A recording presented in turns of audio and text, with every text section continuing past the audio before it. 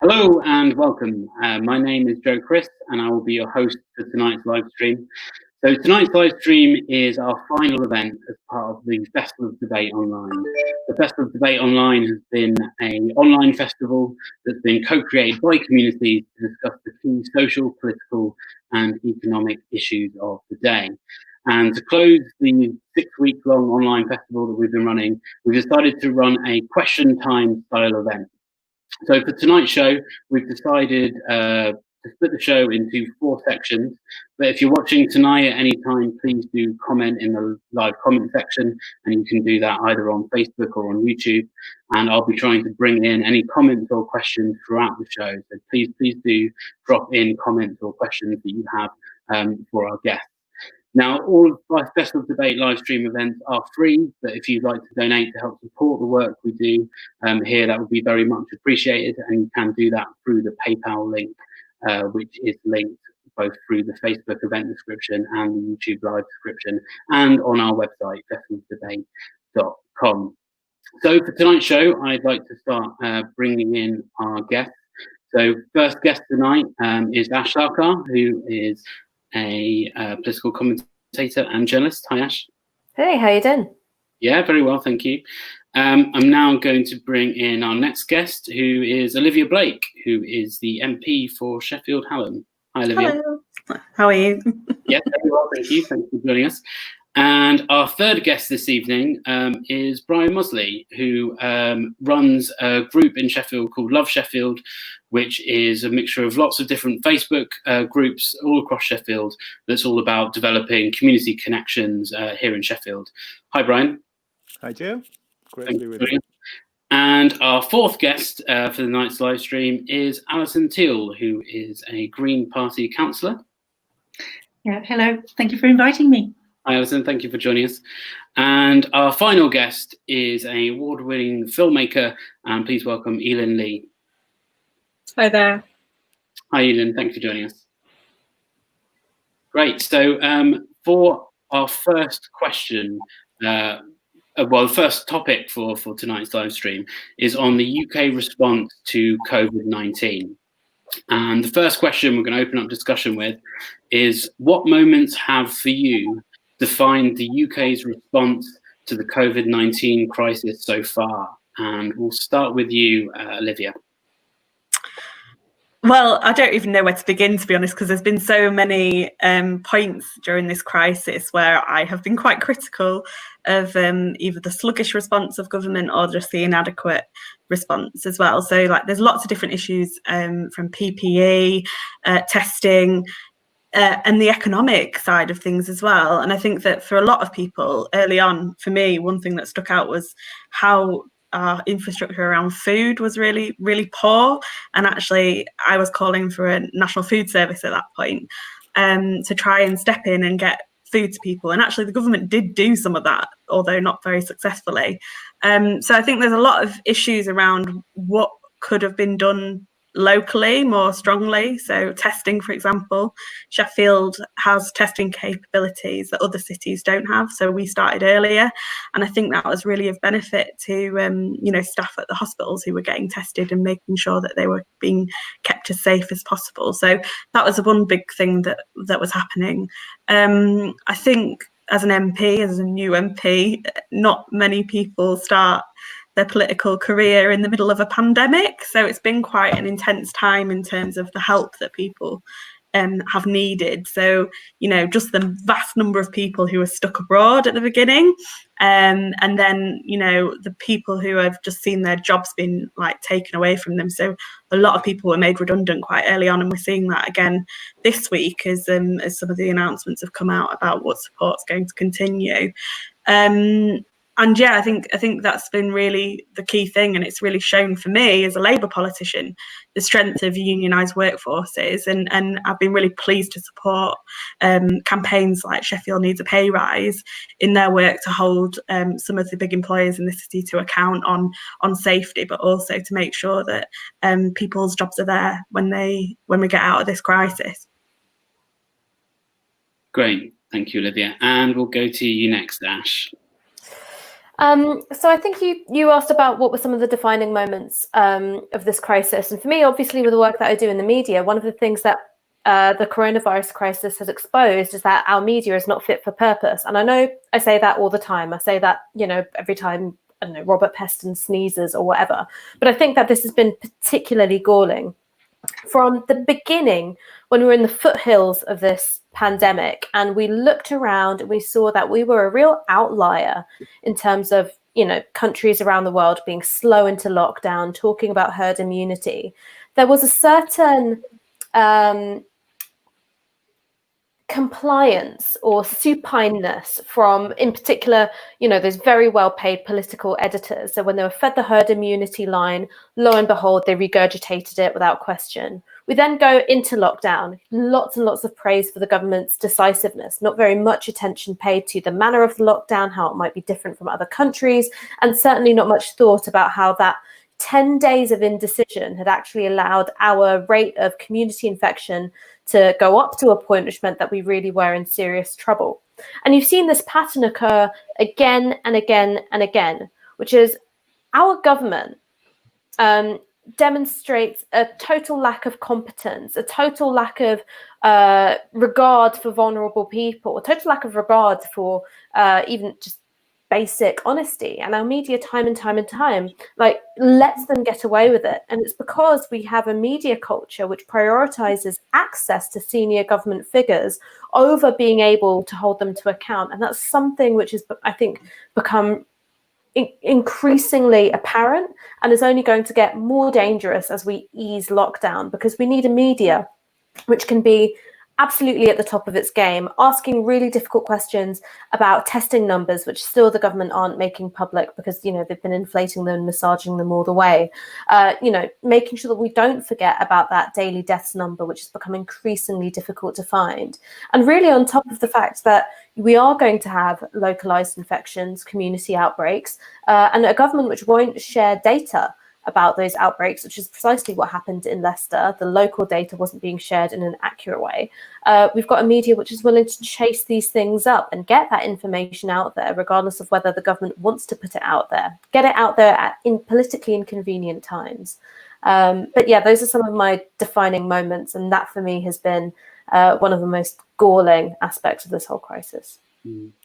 Thank you, Ash. And for you, Brian, what have been some of the defining moments for you of the COVID-19 crisis? I think that the defining moments for me were when the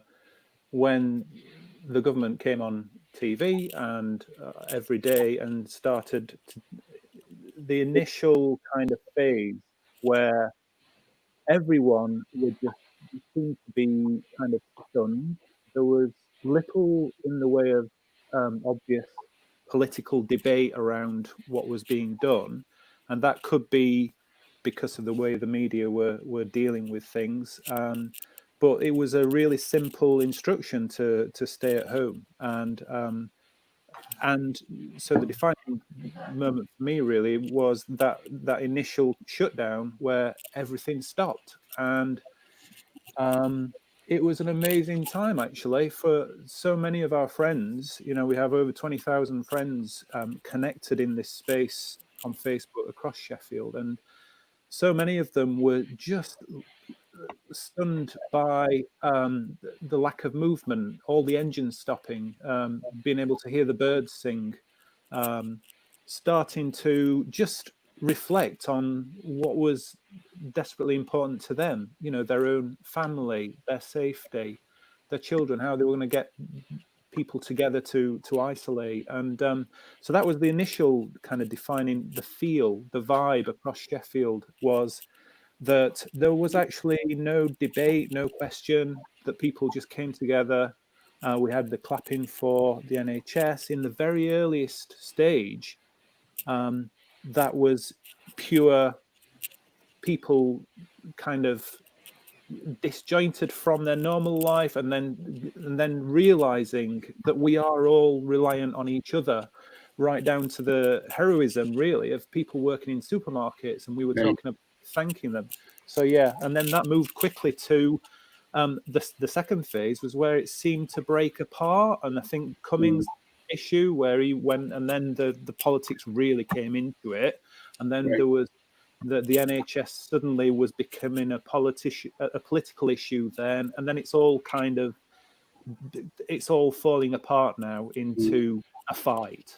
Great, thank you, Brian. And then to you, Alison, what were some of the defining moments for you for the COVID-19 crisis?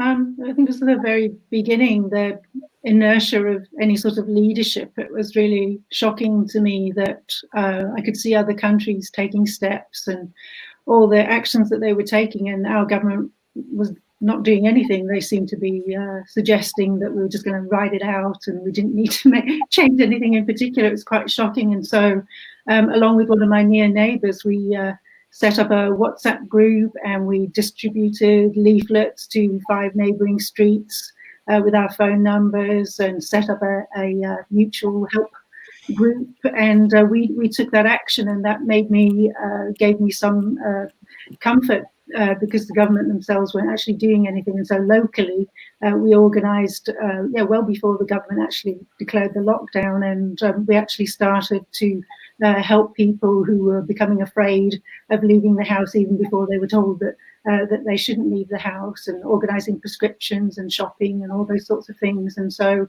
it was really heartwarming and really affirming that so many neighbours wanted to help each other. And so that was the defining moment for me, was the absence of central government and very much the presence of our locality. Great, thank you. And finally, you, Eelyn. Yeah, I mean, thinking right back to the early days, I was really shocked about the responses on the street, and a lot of racism that was aimed towards East Asian and Southeast Asian people, and quite violent attacks as well. And I think things like Donald Trump calling it the Chinese virus obviously didn't help. But then suddenly there was like a whole new wave of yellow peril that suddenly is, racism is always just below the surface, and it doesn't take much just for it to rear its ugly head. And then, something like yellow peril, the fear of the Chinese taking over the world, that was invented in the West, like at the end of the 19th century, can still play itself out today so quickly. Just goes to show how how easy it is to just unleash that kind of quite ugly side to society, and that people are just always looking for scapegoats, someone to blame. And then also, with the NHS at the heart of this, obviously so many things have come up around that. Obviously the lack of PPE was shocking, particularly at the beginning, and how long it took the government and the various distributors and health systems to get that in place was just horrific, and just really says quite a lot about how we treat our workers. I have a personal example of that. I know somebody that works for the NHS out of a GP surgery. She used to work in A&E, so she goes out into the community and administers treatment to patients in their homes. And when she said, when she articulated her concerns about one patient that she was due to visit, and the fact that she thought she was showing symptoms of COVID, and she didn't actually have any PPE, and she felt uncomfortable going into that person's home, she was told, in no uncertain terms, that she was legally obliged to go into that patient's home, and if she didn't go in and administer that treatment, she would be legally culpable, and they weren't going to support her in that.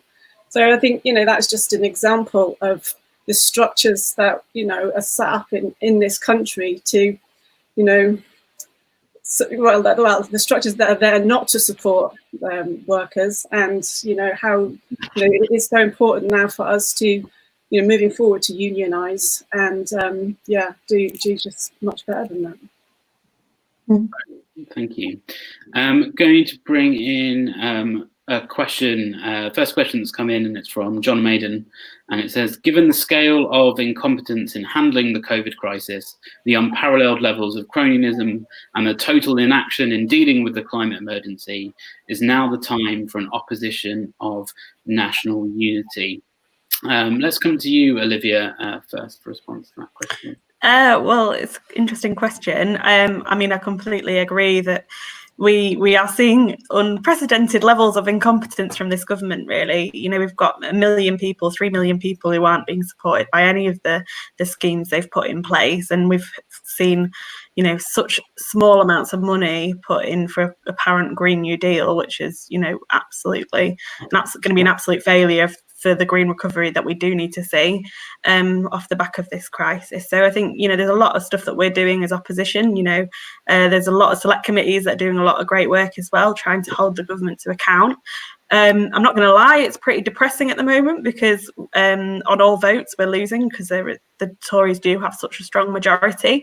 So, I'm all for working cross-party on the ideas that'll definitely work to support people, but convincing this government is an absolute uphill struggle. So we'll continue to hold them to account.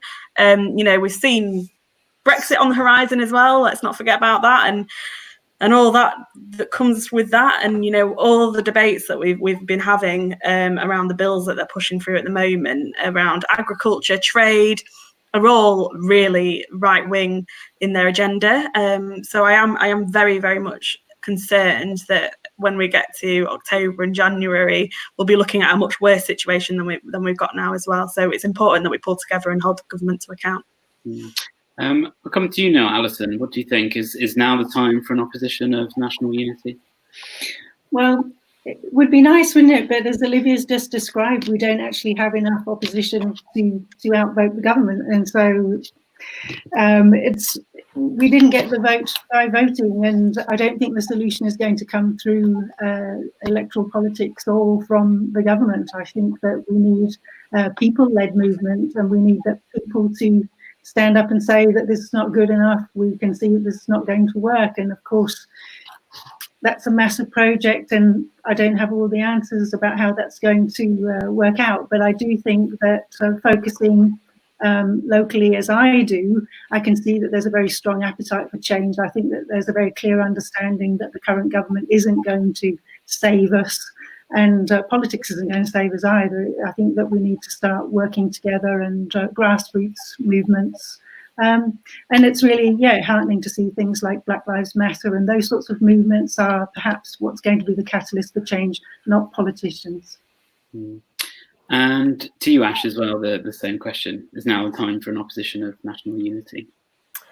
Well, I think that it's worth having a think through about the effect of the 2019 general election result and how that's shaping the sort of lay of the land politically now with coronavirus, because as Olivia and Alison have said, you're not going to get a vote through Parliament without either a, absolutely historic, Tory backbench rebellion. And looking at the composition of, the Tory backbenchers at the moment, I don't think they're sort of nursing 100 odd secret progressives.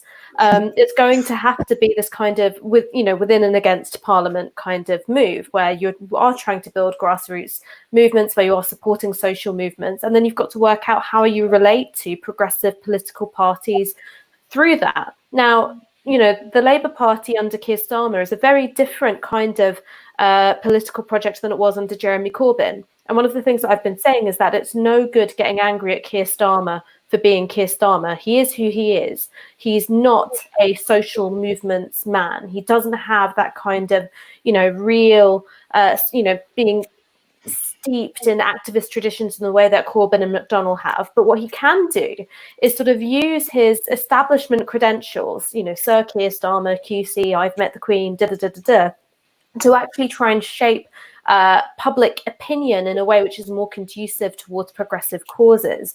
Now, so far, I think, and in trying to make up some of those polling numbers, which to his credit, he has done very successfully, he has tended to pick fights which would probably have been successful regardless whether or not he personally intervened in them. So the NHS visa surcharges being one example, Marcus Rashford's free school meals through the summer campaign being another. He's sort of been able to, perhaps tip them over the edge, but he's not been the deciding factor in them at all.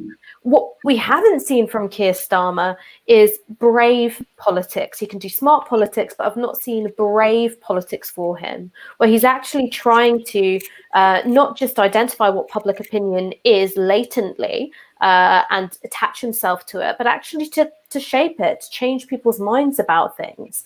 And maybe it's because we're still very early in the electoral cycle. Maybe that's something that he's keeping in his pocket. I don't know. I do think that it is a bit of a dereliction of duty to do it at a time where there's such a powerful slide to the right.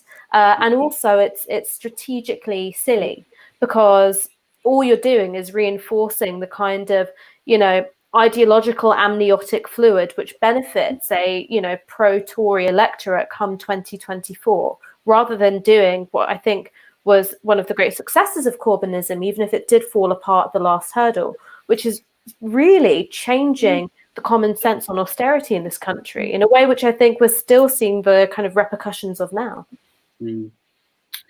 I'm going to bring in another question, and this one is from Sam Warby, which is, what can we learn from the mutual aid movement, and what hopes do the panellists hold for harnessing the energy and enthusiasm of neighbourhoods for positive democratic and social change going forwards? Brian, I'll come to you for that question. Yeah, I think the mutual aid movement has been amazing, but it's been incredibly patchy. With Love Sheffield having all 28 wards of Sheffield within the network, we can see that there's been fantastic activity in Nether Edge areas and in some of the affluent areas of Sheffield, with people with leadership, with people with the communication skills and the being tuned into serving their communities and to organising those things. But we see people looking after each other across the whole city, and I think the key thing is, when people are under threat, communities become just so important, really desperately important. And what I sense being connected with all of these people is just how far we have to go still for people to feel connected, to know where their communities are and to feel connected with those communities and a part of those communities and have common values and a purpose within those communities. And so I can see all of that coming, but I can see that taking several years from where we are now. Great, thank you, Brian. And to you, Eelyn, similar question. Yeah, I mean, the mutual aids that kind of like all popped up right from the beginning of the crisis was really inspiring and heartwarming, a lot of it. And I think, I'd like to see the Labour Party actually harness some of that energy. And I think I agree with Alison, the solutions and systemic change is not going to come from politicians, but they will come from people-led movements and grassroots campaigns. But I think it's a perfect opportunity now for Labour to harness some of those ideas, those movements, and really to start thinking deeply about what structural changes mean. I mean, we're witnessing system failure in every field of life all over the world. And I'd really like to see Labour, whilst they're in opposition, to be actually be building some kind of like ideas and a manifesto around bringing about some of those systemic changes. Great. Thank you, Eelyn. I think we'll go to our second section now of tonight's live stream, which is looking at economic responses to the COVID-19 crisis. So a recent survey found that only 9% of Britons want to return to normal, and there is a growing campaign for a green-led recovery, as shown by the Build Back Better campaign. And obviously Rishi Sunak's economic statement yesterday and recent talks has been promising a green jobs revolution. And the COVID-19 crisis undoubtedly presents us with an opportunity to transform society in new ways. It has exposed systemic inequalities and the failings of a free market economy to care for the well-being of its citizens. Do you think systemic change is on its way, and what hopes would you hold for it? And if not, what minor amends to the current model do you anticipate seeing in the coming weeks and months? Ash, I'll come to you first. Okay, so there's what I hope will happen, and here's what I'm scared will happen.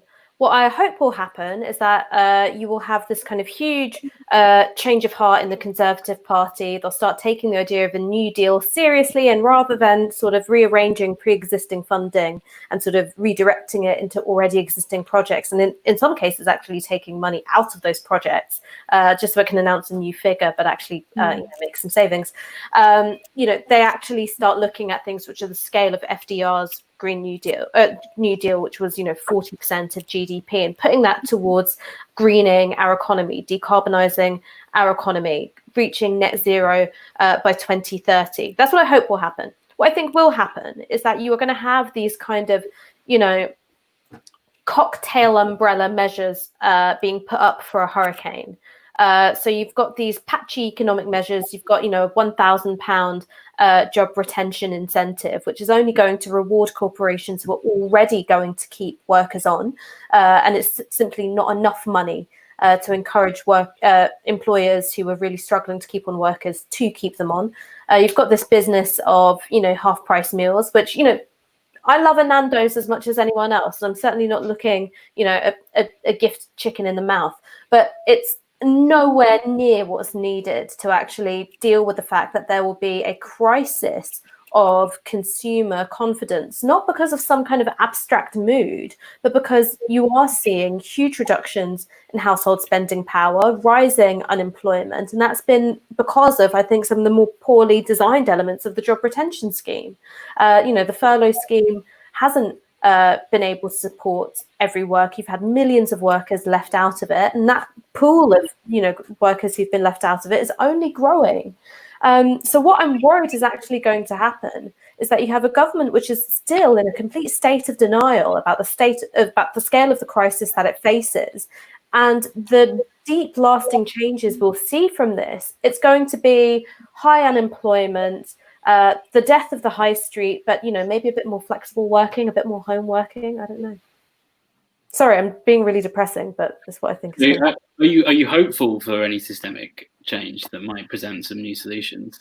I'm really hoping for a catastrophic collapse in house prices. We'll come to you next, Alison. Well, yes, of course, I hope for systemic change. That would be fabulous. But in reality, I don't know that any of us are entirely clear about what that really means and what that would look like. But we know that the way that our society is structured is that the ruling classes are not going to give up their power and wealth and influence by recognizing that the system as it is currently stands is unfair. People do not give up power and control. That's not how the system works. And so the idea that we can bring about a systemic change that will usher an era of equality and cooperation and a Green New Deal is pretty naive. And so as much as I want to believe in that and believe that there's a way of politically delivering that, I don't think that there is. And so, I'm looking for a systemic change to come from, as I said before, a grassroots movement, local movements, people getting together and recognizing that the system as it is not working. And that's really, really tough to imagine how that's going to come about. What are the catalysts going to be? The Black Lives Matter was sparked a global movement because of George Floyd and what happened and his terrible death. And so we know that things can happen, and it's, the catalysts are generally unknown. And I'm hoping, though, that we will have something that's going to bring about a change that is going to deliver what people deserve. Great, thank you, Alison. And I guess to you, Olivia, so, we're assuming that there might just be minor amends to the current model. What do you anticipate seeing coming in the coming weeks and months? Well, I think it's really important to recognise that actually, the Tory party don't have an answer to this economic crisis. This is completely not been seen before. A 25% drop in GDP from April to February has never, ever happened, like in all the recessions and things that we've lived through. And so I think it's really important that we recognise that this is new. The way we can get out of it has to have a plan, and the only plan I can see is one around a Green New Deal. And I think it's really important that we push the government to spend more money in infrastructure, but it can't just be infrastructure alone. And I was really disappointed, actually, that in the statement yesterday there was absolutely nothing about research and universities. And as a representative with many researchers and students, I think that was something that I think really missed a trick, because they can play a crucial role in not only helping us tackle the climate crisis, but also boosting our productivity, which is a really big issue at the moment because our productivity has been sluggish for years.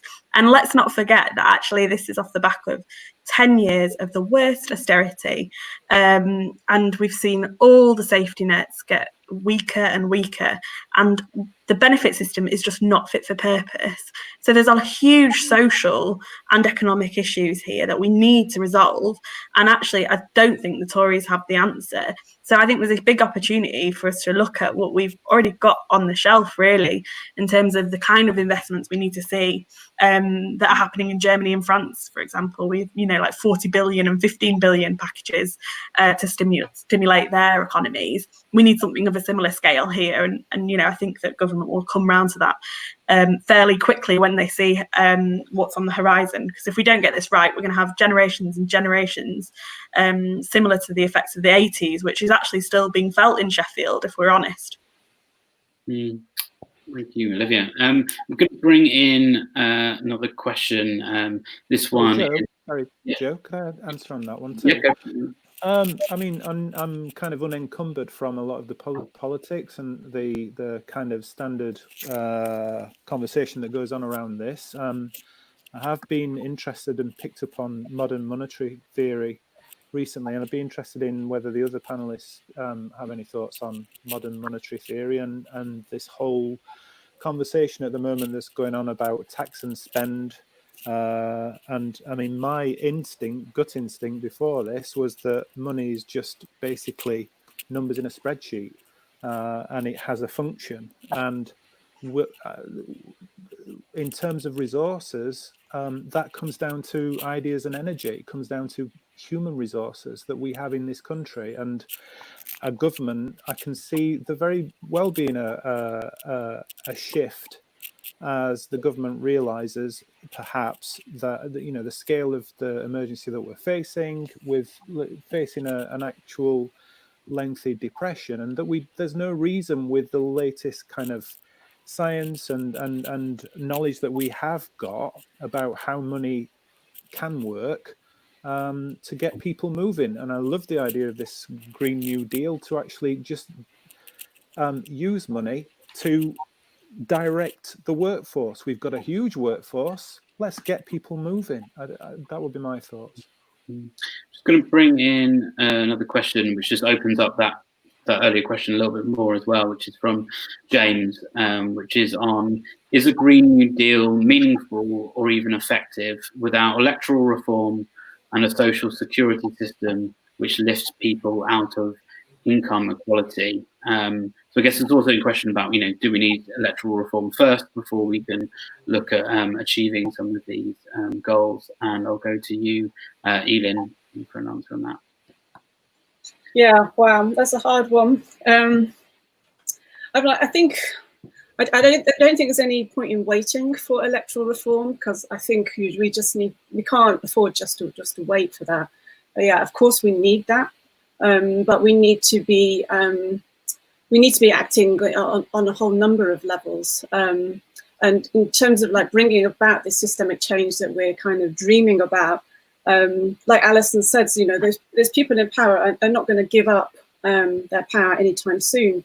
And even with electoral reform, you know, a lot of those people drawn to politics from whatever political, you know, background they come from are also motivated by power. So I don't think those people are necessarily going to give that up anytime soon either. But I think what is really important to do is empower the people on the ground in communities. And I think just, you know, we've already got some research out there in terms of like health inequalities. You know, the Marmot report that came out in 2010, you know, laid out, you know, health inequalities, how it functions and what can be done to actually rectify it and close the health gap. And then, you know, there was a review of that report just recently, 10 years on, and nothing had changed. In fact, life expectancy had stood still for the first time since 1900. And women's life expectancy, some women's life expectancy in the poor areas of the country had actually decreased. So I think that's, you know, evidence of like 10 years of austerity like playing itself out.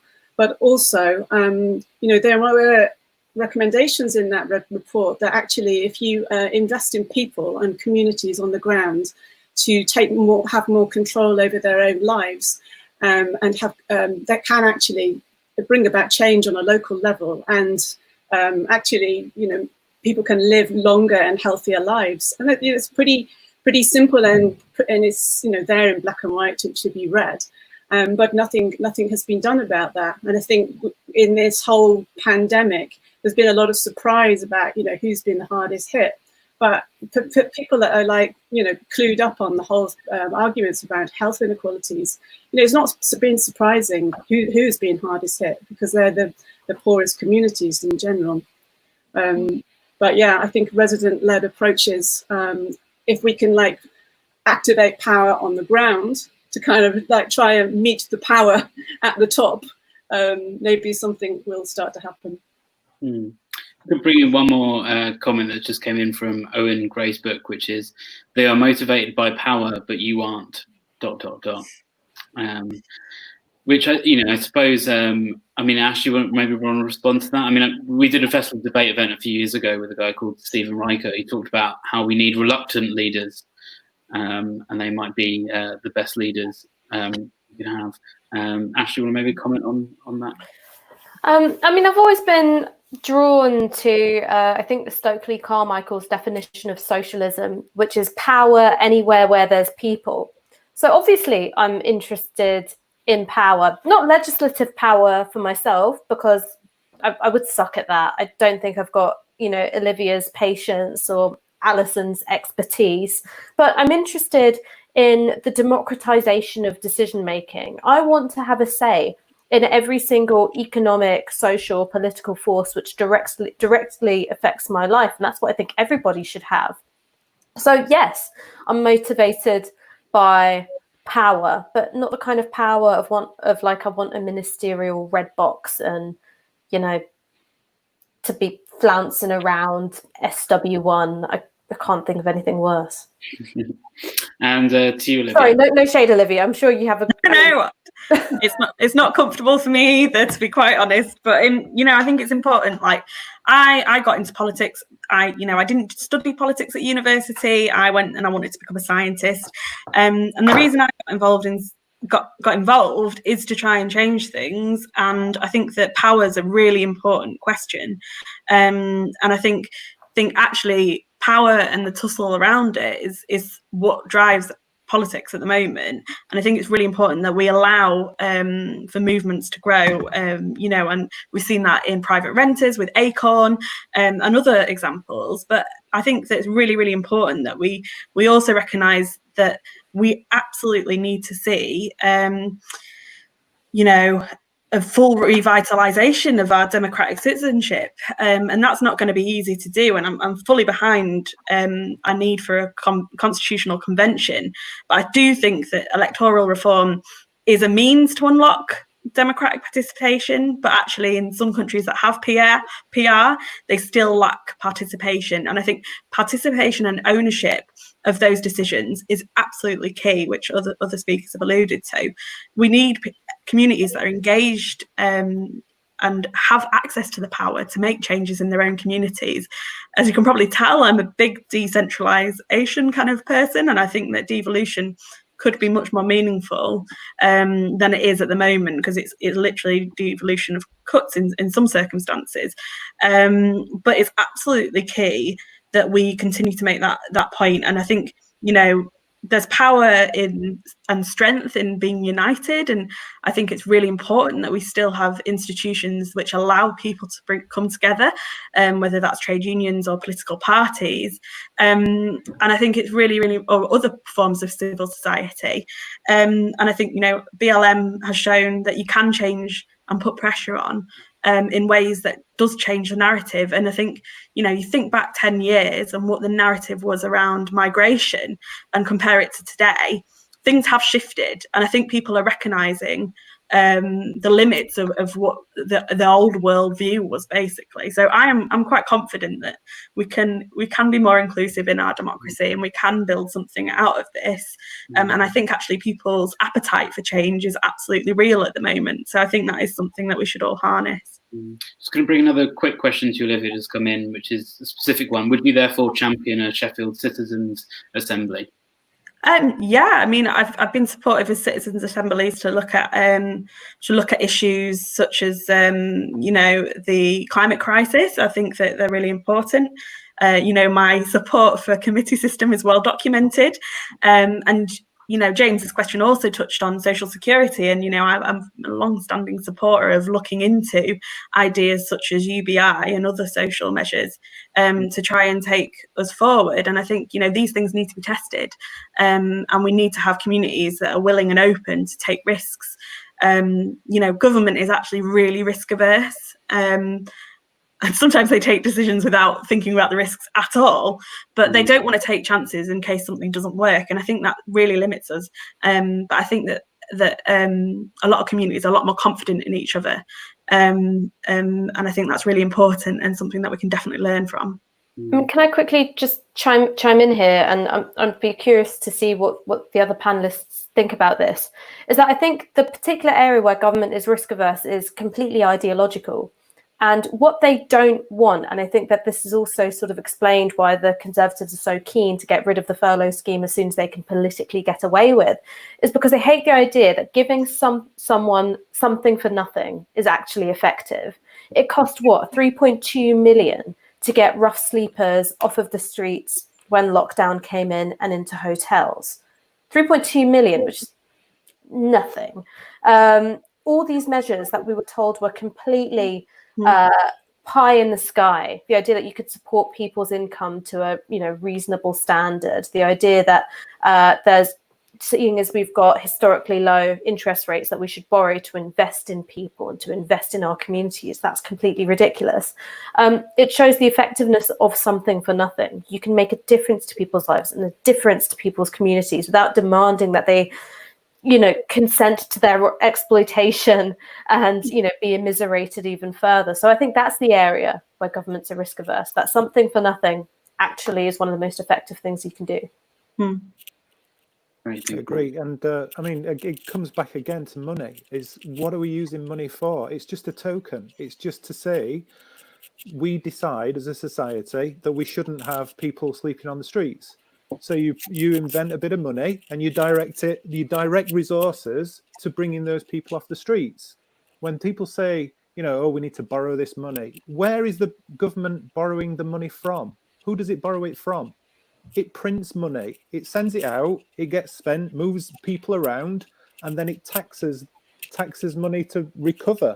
So it's just a cycle of, it's a tool to move people. That's all it is. Great. And Olivia, did you have a Yeah, I just wanted to respond to Ash's point, because I think that's absolutely right and a very valid criticism of the government as it stands. And I think that the other thing to say is that actually we don't want power to be done to people. We want people to be able to take decisions and take things forward as well.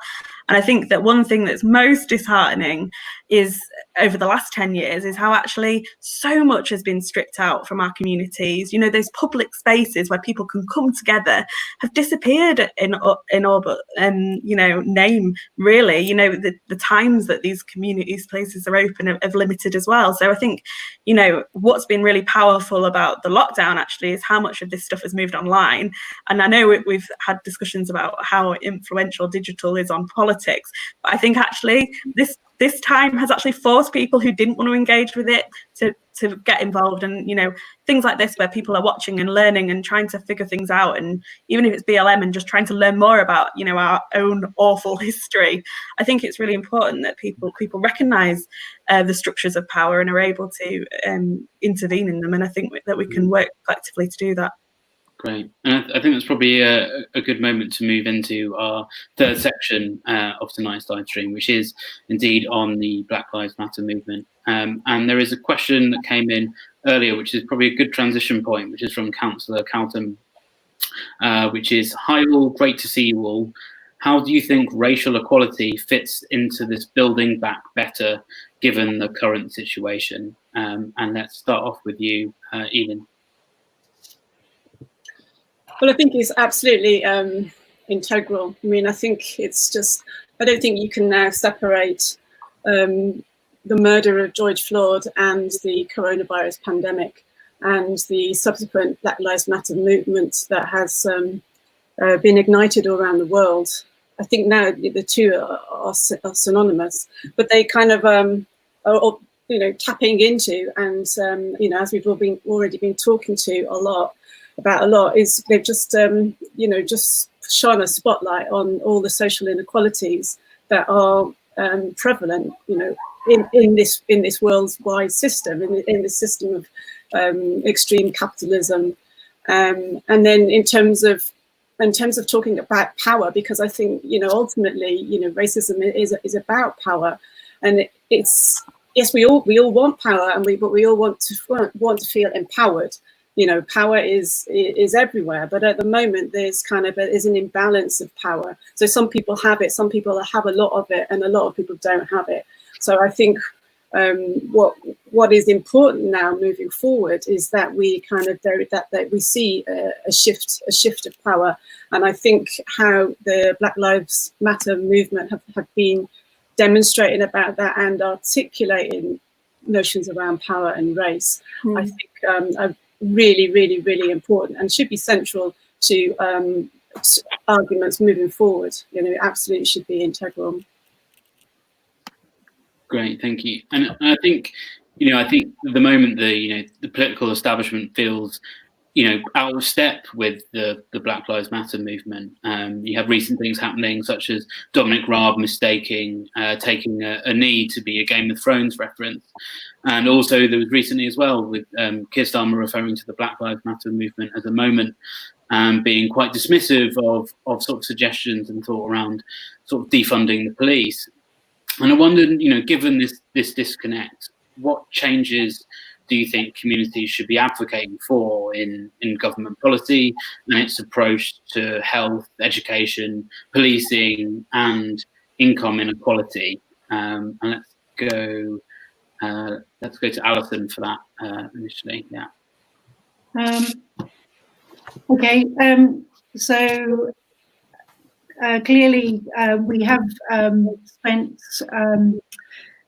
centuries of behaving appallingly towards the rest of the world, and the consequences of slavery are still very much felt and very much alive, I think. And I don't know if people saw the Michael Holding, he gave a little sort of speech, I suppose, on Sky News recently, and he was talking about that history is written by the people that do harm, and those that are harmed, they don't get a mention. And, And, and, and I think that it's very much,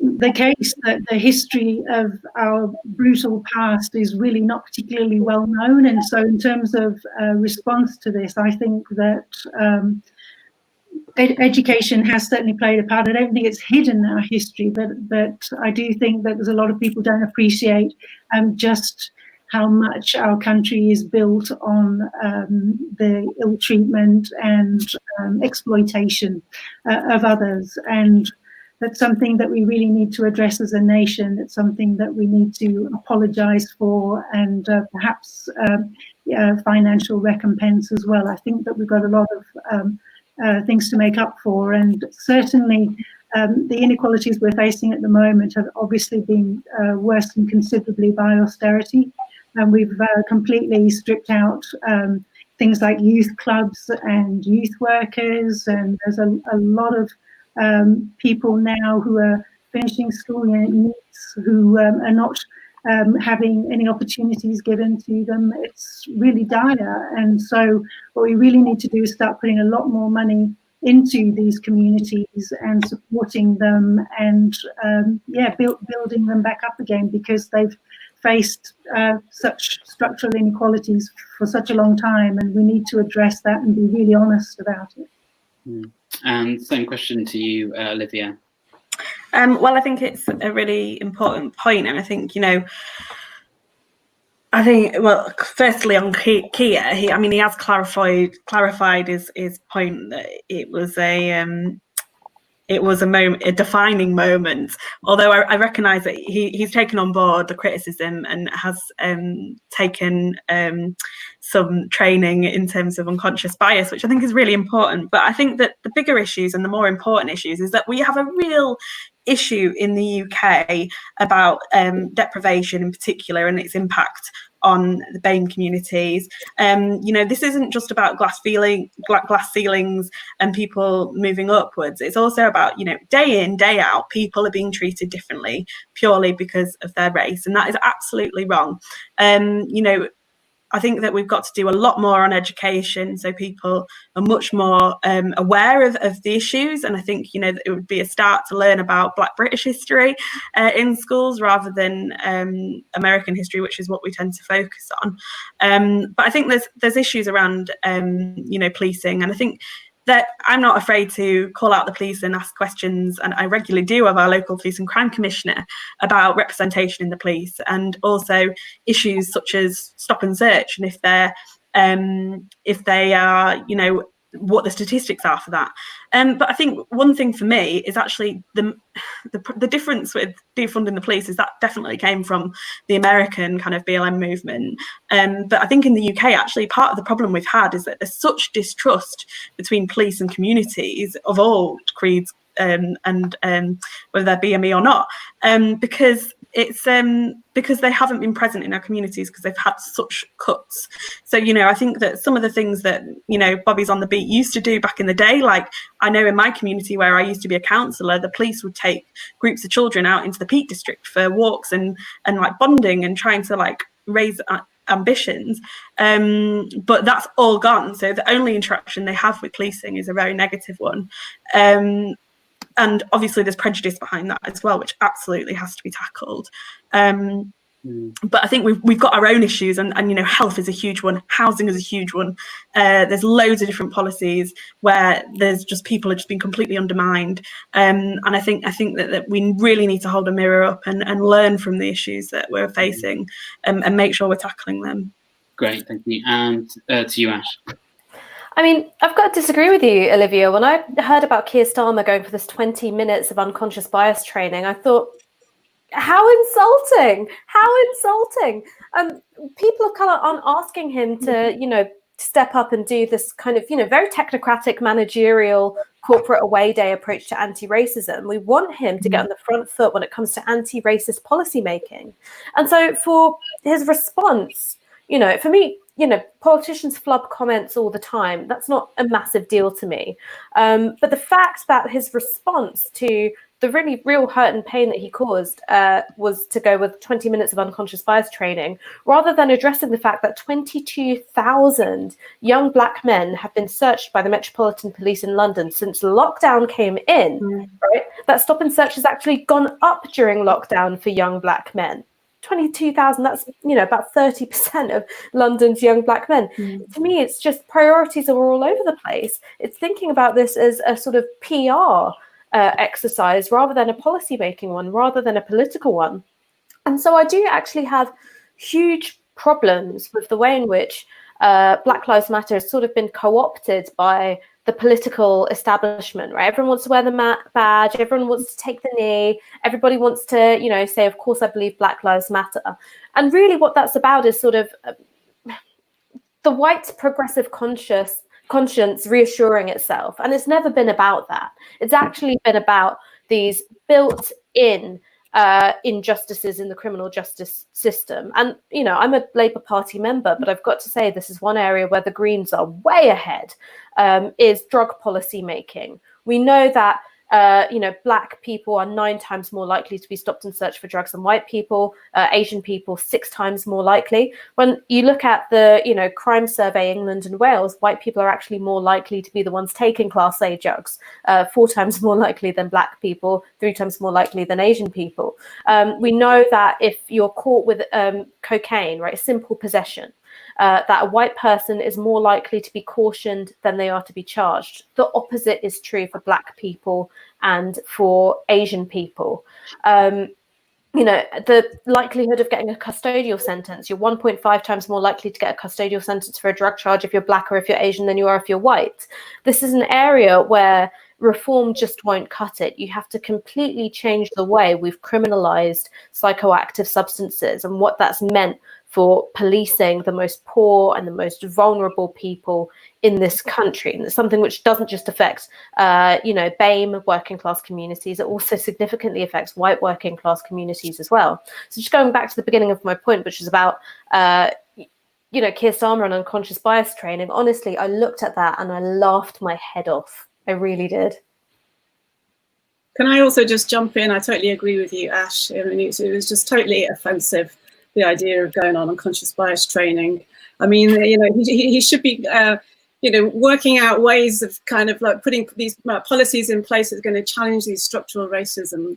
And also the fact that, defund the police, the ideas behind that came out of America, but, they are applicable to the UK. And you kind of think about, if you think about it conceptually, the police are there to keep us safe. And the idea of defunding the police in America is because absolutely they are not keeping black people safe in America. And similarly here, only this week, 2 black members of Team GB were stopped and searched and handcuffed. Is that really keeping us safe? Is that keeping the community safe? Are we paying for this community protection? Actually, are they actually doing their jobs? And we've already lived through so many reports, and we've lived, I'm old enough to remember the Sus laws, which kind of then just changed to stop and search. We've had the death of Stephen Lawrence, we've had the Macpherson report, and so what next? Do we actually, maybe we just do defund them and put the money elsewhere? So as a concept, I think it is really worth applying that to our country. And Olivia, do you want to respond to that? Yeah, I mean, I take that completely on board. My view actually is if these conversations aren't uncomfortable, we're not having the right conversation, because this issue's been going on for so many generations, that we're at a really critical point, and we need to be anti-racist in everything we do. But I would say Keir's response has obviously been better than the Tories, and in particular Boris Johnson. And this week we had a crucial vote on migrants, and every Tory, migrant rights, and every Tory voted against it in the domestic violence bill. So I think, it's absolutely clear that although Labour, I am absolutely aware, has institutional issues of sexism, ableism, racism, whatever, because everything does in our society, and we really need to be championing policies, absolutely, that tackle that. But I also think it's really important that the voice of BME people are heard in this. And I think, whilst I think it's it's important that we all use all our soft power to tackle this crisis and make sure that we're actually not talking about this in 10 years' time. I think it's really important that, you know, some of my colleagues who've come in with me, you know, we've had 28 new female MPs, and most of them are BAME, and it's fantastic. And they're such loud voices. And I think that it's really important that we listen to the communities as well. So I think it's about creating space actually in our media so that BME politicians, BME spokespeople, in terms of like some of the great work that's happening in our communities is championed and really kind of put up the agenda, because I think for too long we've not spoken about these issues.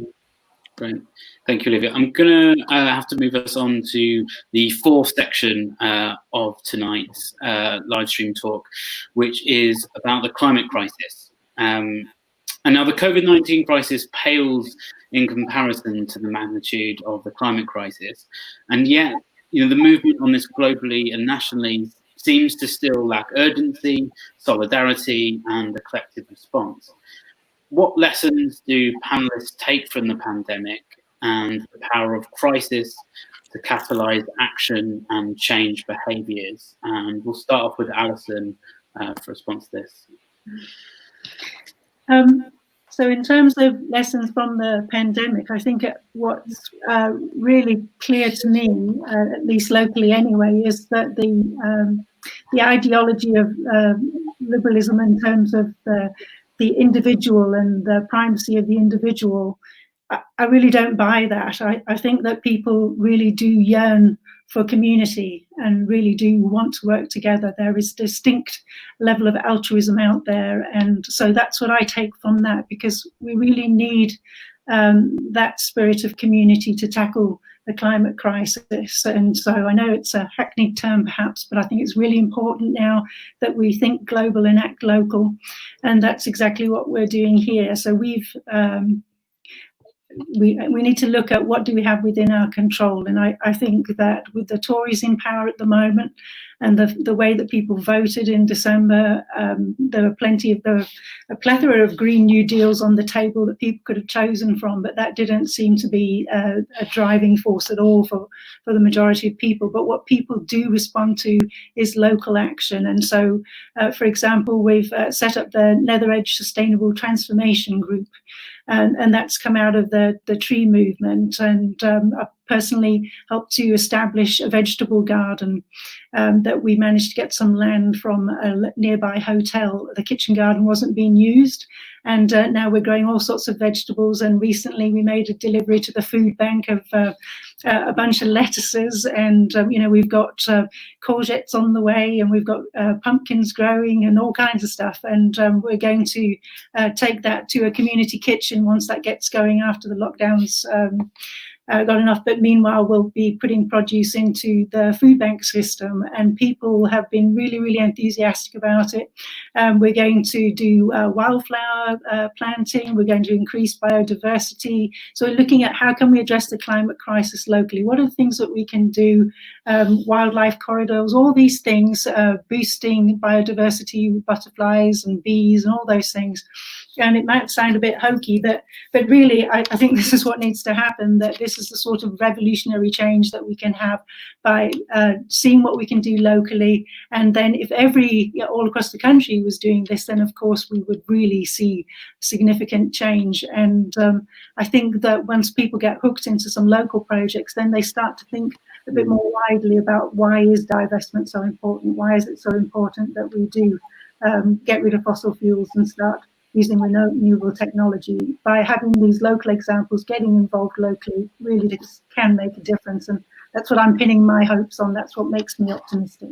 Great, thanks, Alison. And coming to you, Brian, in terms of, obviously, you've talked before about the sense of community emerging, from the pandemic. Do you think we can harness and use that to catalyse action towards climate crisis as well? Yeah, I mean, the key for us is connection. The more people we have connected with shared values, which we have for basically people who love Sheffield, who are just normal people across the city, And you know, we established what our shared values were, and the first value is that we're kind. We're kind to each other, ourselves and each other, and we're open to learning and so on. And so we have this huge network, this huge pool of connected people, and then we can very quickly create satellite groups off that center. And those satellite groups, for instance, we created a Love Sheffield Growers group, where almost 1,000 people from all over Sheffield have come into this group, into this forum, where Alison's initiatives and any initiatives from anywhere across the city can instantly be connected with 1,000 people who can then, you know, that can then, we're kind of creating the network that will allow for these grassroots initiatives to take off, to we think of it as taking flight, basically. So there's that. We've also created in the last few days Love Sheffield Routes, which is about active travel across Sheffield. A couple of hundred people have gone straight into that, and we're talking about cycling and running and walking and the routes across Sheffield, and we're gaining enthusiasm for that idea, and people are moving into that. And it's all about connection. As people are connected, people person to person, and able to discover their local community or community groups around an issue, we can create the circumstances for Sheffield to move rapidly to scale up these brilliant ideas that we see. As with mutual aid, you know, a good idea can take flight very, very quickly in this rich, connected environment. Great, thank you, Brian. I'm just going to bring in one more comment as well. This one's come from Councillor Calton, which is around climate campaigns are missing BAME involvement. How can we make sure that BAME communities are more involved? Eelyn, let's go to you for that question. Sorry, is that to me, Joe? Okay.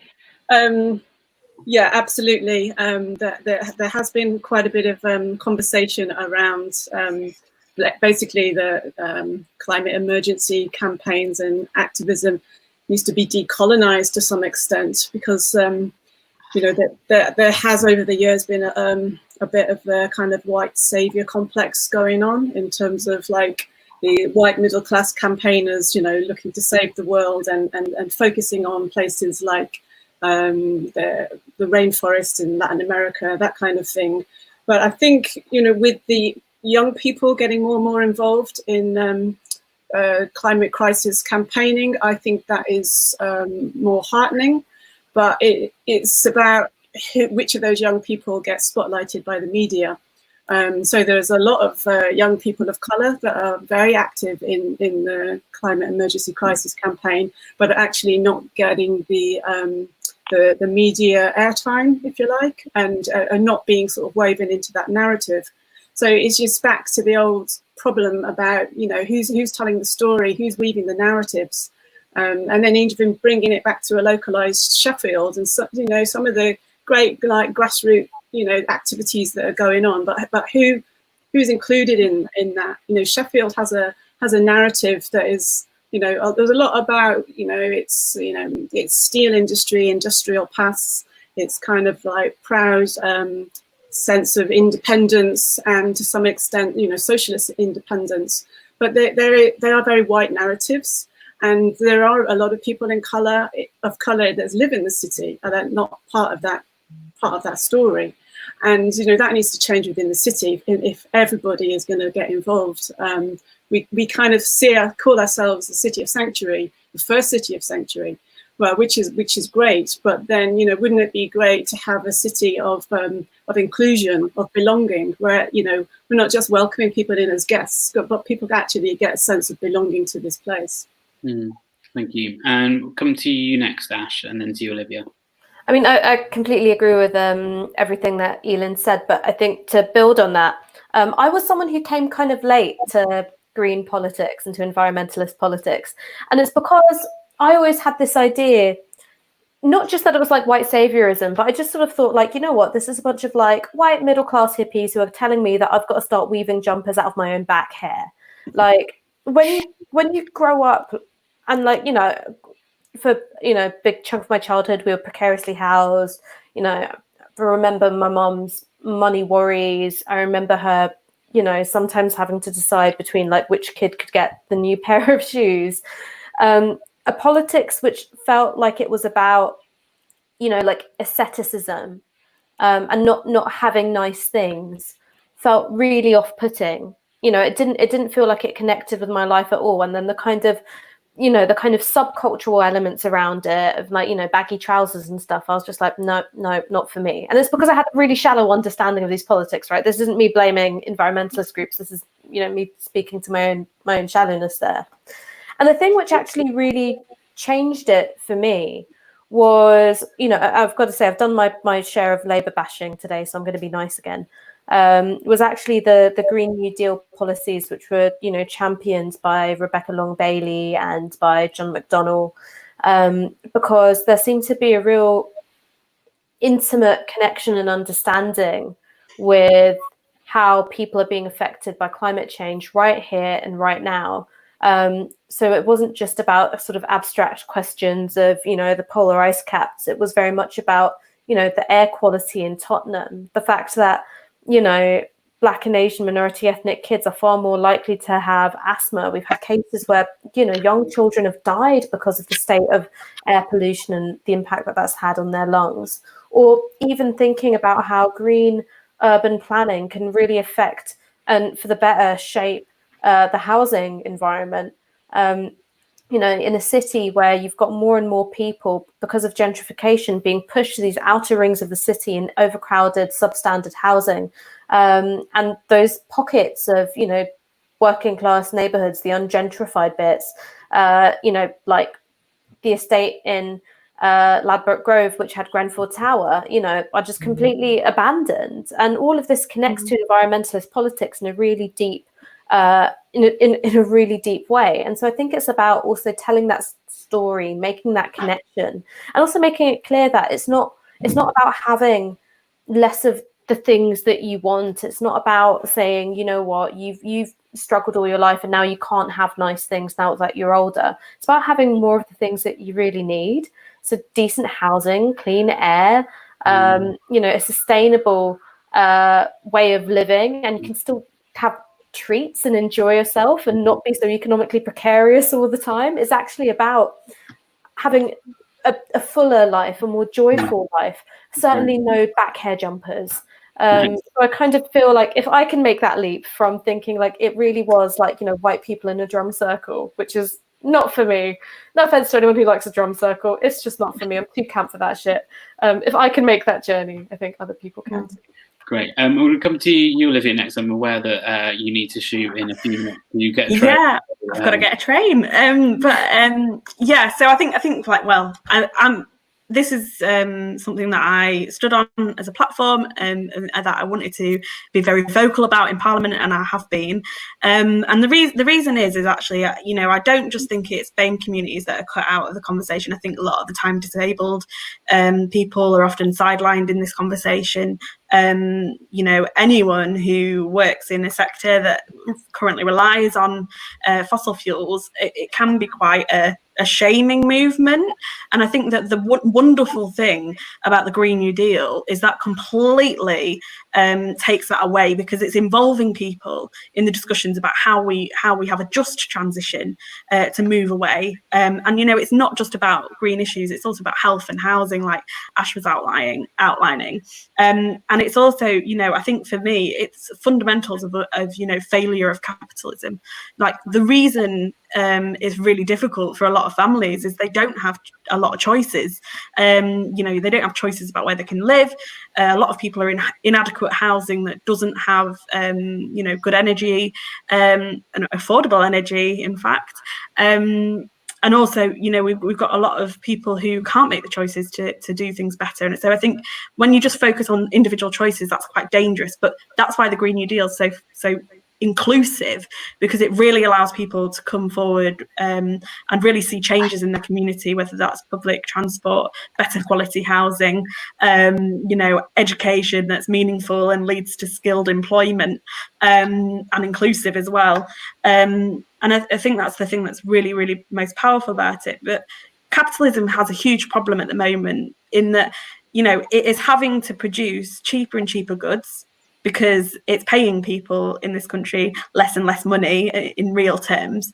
So that really is fueling the problem as well. So I think when we have an understanding of that and we step back, it shouldn't be do less, it should be demand more. And I think that's what's most empowering about it as a movement, is it's really just turning around to those in power and saying, we're sick of this, we're sick of that. Actually, we need to sort this out because it's our lives that are going to suffer the most. So I actually think it's a really empowering movement and one that we can really be much more inclusive with. And we do have to have conversations with a whole range of people on this to get people on board with it. Great. Thank you, Olivia. I'm going to bring in one more question. I'm aware, Olivia, you might have to bow out any moment. So thank you very much for joining us. I know you've got a rush to get a train back up to Sheffield. Thank you for having me. Thank you for joining us tonight, Olivia. I'm going to go to another question that's come in from James, which is on how do panellists recommend that we do more to link the agenda of well-being and public health with climate action? And let's go to you, Eelyn, for that. Well, I mean, I actually believe addressing climate crisis worldwide is the key, actually, to bringing about like a new world order. Because I think, it is the failings of capitalism, like has already been said, that has caused this crisis. And the global free market, but it's impacting our health. But if we pull together, because the climate crisis is something that transcends borders, it transcends nations. So if as a world, a global community, we would kind of like to join forces to address this and have a commitment to addressing it and seeing the planet as something that belongs to us all, not just to nations. I think that is the key to moving forward, and then finding new ways, new systems for all aspects of our lives, and then that includes health and the inequalities that brings with it. It's a bit of a big philosophical answer, but no, and I think that's right. I mean, we're coming towards the end of tonight's live stream, and I guess partly leading on for that question, I suppose I'd like to ask maybe all of our panelists what gives them hope at the moment. What opportunities are there to join all of these sort of resistance movements together, and where do they think that the best possibilities for change currently are coming from? And let's go to Ash for that. So I'd like to answer the previous question as well, very, very quickly. So I'm not going to get stuck into the big philosophical stuff because I think that you've done a brilliant job already, but just something super practical, which is why have the Conservatives been so successful at messaging, right? Two big slogans: take back control, get Brexit done. It's because they only pick slogans which are things that people are already saying, right? And they're able to kind of hijack these already existing linguistic structures and sort of fill it with their own political content. And I think that's something that the left has got to get better at doing. When it comes to language, we always want to reinvent the wheel. We're not that good at identifying what are people already talking about and using it as a way to fill it with political content. And I think when it comes to making action on climate change feel real and tangible and immediate and urgent and a question of not just material conditions but political values, that's what we have to do. In terms of what makes me feel hopeful, okay, so look, 2019, it was a spanking. Like, it was an absolute political spanking. But there's also a completely unprecedented generational shift in voting patterns. When Margaret Thatcher came to power, when she was sustained in power, she was still winning the majority of the young vote. And that's something which is not happening today. You've got that sort of cliff edge for Conservative voters, which is, sort of between, 40 and 45. And what that speaks to is the fact that you have a whole generation of people below who are completely locked out of the economy, who don't see their quality of life getting any better, and are kind of consumed by the existential dread of living on a planet that's boiling to death. And I think that that's going to have really sharp repercussions. And I think that these demographic changes are going to really become more of a problem for the Conservatives in 2024, but it will reach crisis point in 2029. It's a long time to wait. We can't wait for that. And that's why you have to build social movements. And it's why you've got to participate in extra parliamentary activity. But it's not going to be pretty for them. Great. Thank you, Ash. And I'll go to you, Brian. What makes you hopeful about political change at the moment? What makes me hopeful is Facebook, social media, technology, which makes it easier for people to connect with each other in big groups where they're not being worked as an audience. So where people can ask questions and listen to each other and listen to the answer, learn with and from each other, and then go off and associate with each other and create a positive difference together in a community. So we're creating the circumstances for that, and I've got a lot of hope in that model. Don't see it anywhere else because it's not a financial model. We create this as an expression of what we want to see in the world, which is more connection, more people actually not being empowered, but recognizing the power that they actually already have and have already had in themselves and in their ability to associate with other people and to spark off ideas, initiatives, go out and work in the real world together, rather than try and work an audience, try and discover an audience on Twitter or through politics or through the media. Everyone's fighting for an audience to address and to work that audience around to their political ideology and their view of what needs to be done and what those powerful people need to do.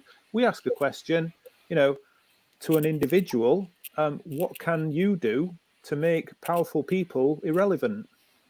Yeah, and that is, it's about what can I do? What can I do about climate change? I can get rid of my second car, I can get electric bikes, I can use those more, I can move to a predominantly plant-based diet, I can stop eating out. There's lots of things that I can do. And in a space where lots and lots of people are connected and listening to each other, we can all do that and make a massive change. Great, thank you, Brian. I think maybe perhaps a slightly, you're an optimist, which I applaud, but perhaps a slightly rosy picture of Facebook there as well in some regards. We'll go to you next, Alison, as well, for what makes you hopeful about change in politics. Okay, so what makes me hopeful is movements like Black Lives Matter, the youth climate strikes, Extinction Rebellion, and more recently the mutual aid movement that we've seen, and the recognition that throughout lockdown that people could just stop and the world didn't end. People could stop working and they could take a break and reflect a bit more about their life and what was important. And I think that what came out of that is the recognition that well-being and health and community are really important things.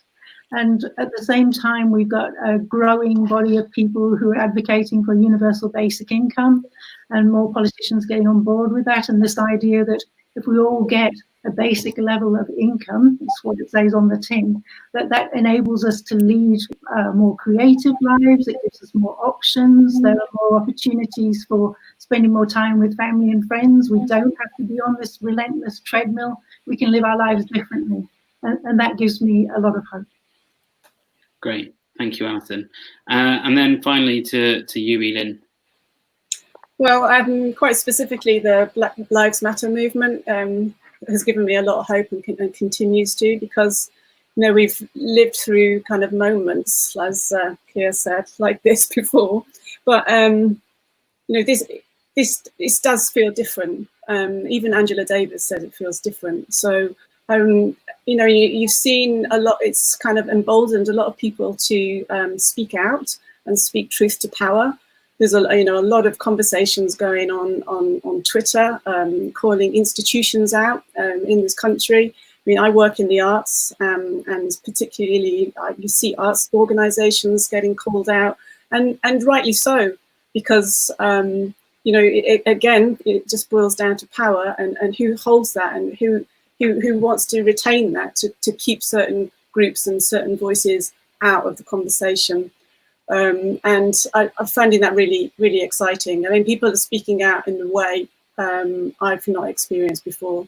And those people that are speaking about against, like, the institutions and the organisations, are being forced into situations where they're having to bring about change. So I'm really excited to see what the outcome is in terms of, like, a few years down the line. Great. Thank you very much. That's about all we've got time for this evening. So I'd just like to thank all of our panellists, Ash, Brian, Alison and Eelyn, and obviously Olivia, Blake as well, for joining us. Thank you very much for your contributions and your thoughts and your time this evening. Thank you very much. So that brings to an end to the Festival of Debate Online. So the Festival of Debate Online has been a 6-week programme of live online events co-created by communities to discuss the key political, social and economic issues of the day. Big thank you to everyone watching and everyone who's watched all the live streams at home across the Festival of Debate period. If you'd like to donate to help support the work we do here at the Festival of Debate and at Opus, you can donate by clicking on the PayPal link, both on the Facebook event description, the YouTube event description, and on festivalofdebate.com. From all of us at Opus Independence, a not-for-profit social enterprise that has helped coordinate the Festival of Debate, I'd like to thank all of our participants that have taken part across all of our events over the last 6 weeks, and thank you to everyone at home who shared a link or watched any of our shows. Thank you very much. Cheers.